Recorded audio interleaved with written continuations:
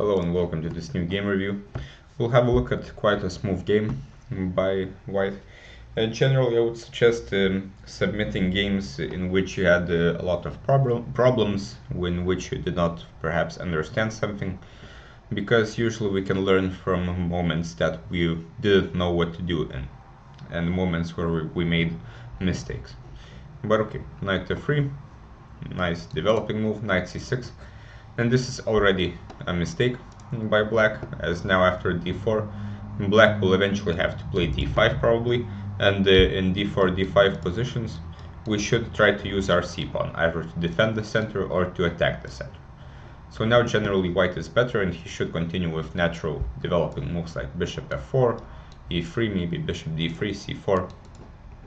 Now white plays b3, which is a mistake, because the bishop already had a diagonal to use, and this is an unnecessary pawn move because we're now going to develop the bishop in a way that is not ideal, and this bishop on b2 will not really do anything for our position apart from defending d4.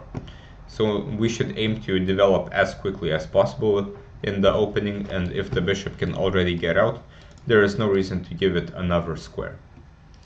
Okay, knight f6, e3, e6, bishop b5. So we're pinning the knight, bishop d7, bishop b2.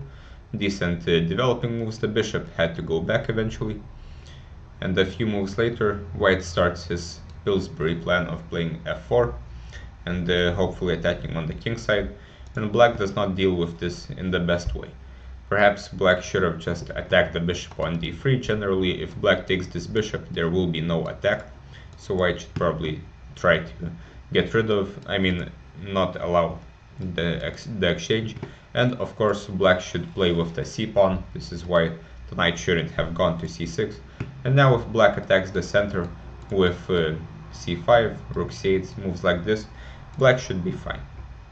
Instead, black gives up this dark squared bishop and puts his knight on e8, and now white's attack is quite easy. Queen h5, queen h6. Now there are new weaknesses on the dark squares. Black goes to exchange this bishop, but now the problem is not exactly that.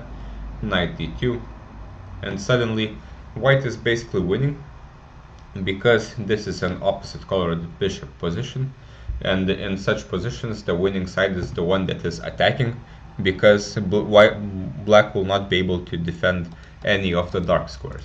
Not to mention, black also has terrible pieces. He has a weak king, and the simple threat at the moment is knight g5. So bishop b5 happens, but this ignores the threat. Knight f3. Already white could go and just win an exchange like this if he wants, but it's not necessary. Knight f3, f6, and now this diagonal is going to get opened. It's hard to suggest anything for black. f6 is kind of the only move. But now with this bishop, white is just winning.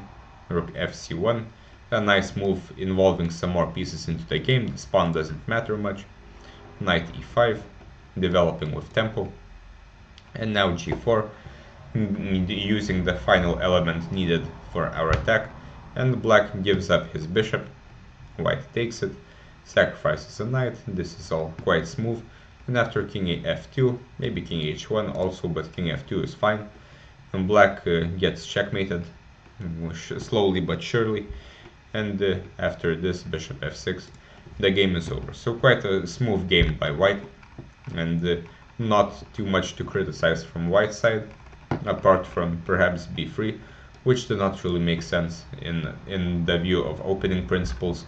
If it's possible to develop a bishop, we shouldn't complicate things by creating new avenues for the bishop, where it will not necessarily be very well placed.